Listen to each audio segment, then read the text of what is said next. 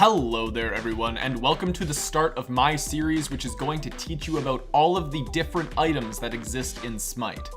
My goal for this series is to answer one of the most frequently asked questions I get, which is what do certain items do? And honestly, the only way that I think I can do this is by literally going through all of the big complete items in Smite one at a time, telling you what they give you, if they're good or bad, in my humble opinion, and what are some situations or gods that you could build them on.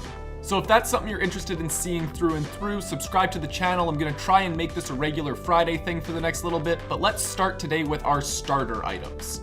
Starter items are designed to give your character an early push at the start of the game, and as such, they fall off really quickly. However, to cover them each in order, we have our Guardian's Blessing, which should be picked up by the support, or in any case where you feel like you're not going to be getting a lot of last hits on minions and you want to get more gold. Warrior's Blessing is for usually the solo lane, or if you're playing Joust, it's not a bad pickup either. But basically, if you feel like you're going to be trading, or if you're going to be taking a lot of consistent damage, not burst damage, then you want to pick this item up. Mage's Blessing is great on those characters that are going to be spamming abilities for power, so your mage or your ability-based hunter. You want to pick this item up if you're going to have mana problems, or if you just want a little bit of extra poke and punch on your abilities. And now we have Hunter's Blessing, which is pretty much the opposite. Hunter's Blessing is for those people who are going to prioritize auto attacks early, so you're going to get a little bit more out of those auto attacks. Do note that Hunter's Blessing does have pretty strong MP5 on it, so you will get a fair bit of mana back here as well. Finally, we have our Assassin's Blessing, which is to be picked up by the jungler. I don't really see a point in picking this item up in any other game mode, but in Conquest, if you're jungling, this item is a must-have, especially for early game clear. It is at this time that I will let you guys know that all of the non-Conquest starter items, such as Specialist Blessing, Attacker's Blessing, and Defender's Blessing, I find them all really bad, and I never use them. When I've used them, they just don't do a lot. So yeah, that's my opinion on the non-Conquest ones, so when it comes up in the comments, that's my stance. Now with all the starter items out of the way, we're going to move into the tier 2 items that act like full item slot. These things are often considered hybrid items because they are pretty strong and they give you a lot of value like a full item, but they just don't have the stats to be considered a really strong late game item. Now, the first one of these items that I want to talk about is called Gladiator's Shield. If you guys have been around a while, you know that I love this item. Now, and it's the exact definition of a hybrid item. It's going to give you some physical power, some physical protection, and some cooldown reduction. And this is the early game ability-based warrior's dream, right? It gives you everything that you need. And on top of all of that, it's going to give you a passive that heals you and gives you some mana back every time you hit an enemy god with your abilities. It's incentivizing you to be aggressive. Now, that was the ability-based warrior one. Now we're going to move into the attack speed-based warrior dream, the Berserker's Shield. This item also gives you some physical power, some physical protection, but instead of cooldown reduction, you get attack speed. And this item is honestly pretty busted right now. You can build it on Bellona and Erlang Shen, and if you rush this item first, you can just run at people and you can't die, right? So every time you're landing a basic attack, you're healing and getting mana back. It's broken. This item, super fun. Pick Bellona, run at people. Now we're moving into Hunter territory, and Hunters have a couple of items that are honestly fitting this category. First is Ichaival. So basically, Ichaival is the I'm going to bully you in lane item. Basically, every time you hit an enemy, you are going to gain physical power and reduce the person who you hit physical power. So if you're boxing an enemy hunter and you have Ichaival and they don't, they are at an immediate and complete disadvantage because you are going to be getting stronger and they are going to be getting weaker. Final note about Ichaival, if you notice that the person who you are fighting in lane as a hunter has picked up Ichaival, you either need to answer by picking up one of your own, or you just need to say to them, I'm not gonna fight you right now. If you are fighting into someone who has Ichaival, you are going to lose.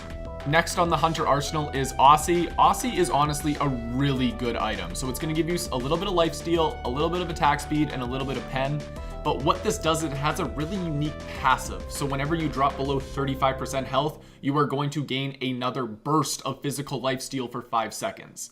This is really great because if you're in the pinch and like say a warrior's rushing you down and you're just auto attacking at them, all of a sudden you're going to start life stealing for way more than you were previously, and it can really catch the warriors or the guardians off guard. Now, speaking of guardians, they have one of these little hybrid items too, and it's called Stone of Binding. This item is an item that I've been experimenting with a lot recently, and I have honestly fallen in love with.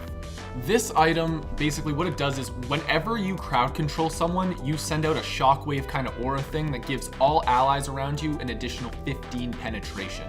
This is really huge, especially in the early game when protections are very limited. So I really love this on Athena, because when you place your shield wall, taunt them, the aura goes out, and then that second burst of shield wall damage suddenly hits even harder.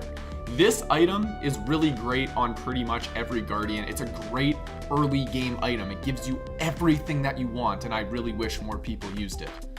The final item in this category is Doom Orb, and this is for mages. Specifically mages that jungle. So we're thinking Ao Kuang and Hebo, sometimes Freya, those kind of characters. This item is really cheap and it gives you 70 magical power, some mana, and a lot of MP5. But why this is so important on jungling mages is because it gives you a lot of burst earlier than you would otherwise get it. 70 magical power is more than you get on boots. Plus with Doom Orb's passive, which basically gives you 1% movement speed and 3 power per stack, stacking 5 times depending on how many minions or jungle camps you're killing, you are going to be zooming around the map with more power than usual. You're going to be hitting harder. Think Hebo. He hits like a truck based off of scaling and flat damage. This is going to get his scaling on sooner.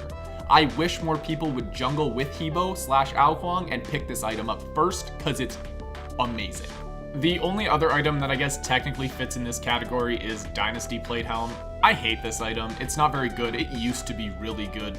It is sometimes good if, say, you have a jungler that's relentlessly annoying you in mid lane, but like it doesn't give enough power to really warrant going into this when you could say go into Doom Orb instead. Now, that's all the time that I'm gonna have for today's video, simply because I do want some feedback from you guys before I continue. Do you want me to continue this and do every single item in the game? If so, let me know in the poll in the top right corner of the screen, or if you want me to do something else, let me know what that is, or just simply say you don't want to see more of this in the future. Anyways, that's all for me. This is Keltick signing off. Have yourselves a casual day. Hey guys, thank you all so much for watching. If you want to see more stuff from me in the future, hit my face in the bottom left to make sure you subscribe and keep up to date with me. If you want to watch more stuff from me right now, I have quite a bit to choose from, but I'm going to put 2 videos on the screen right now for you to choose from. Anyway guys, this is Keltick signing off. Have yourselves a casual day.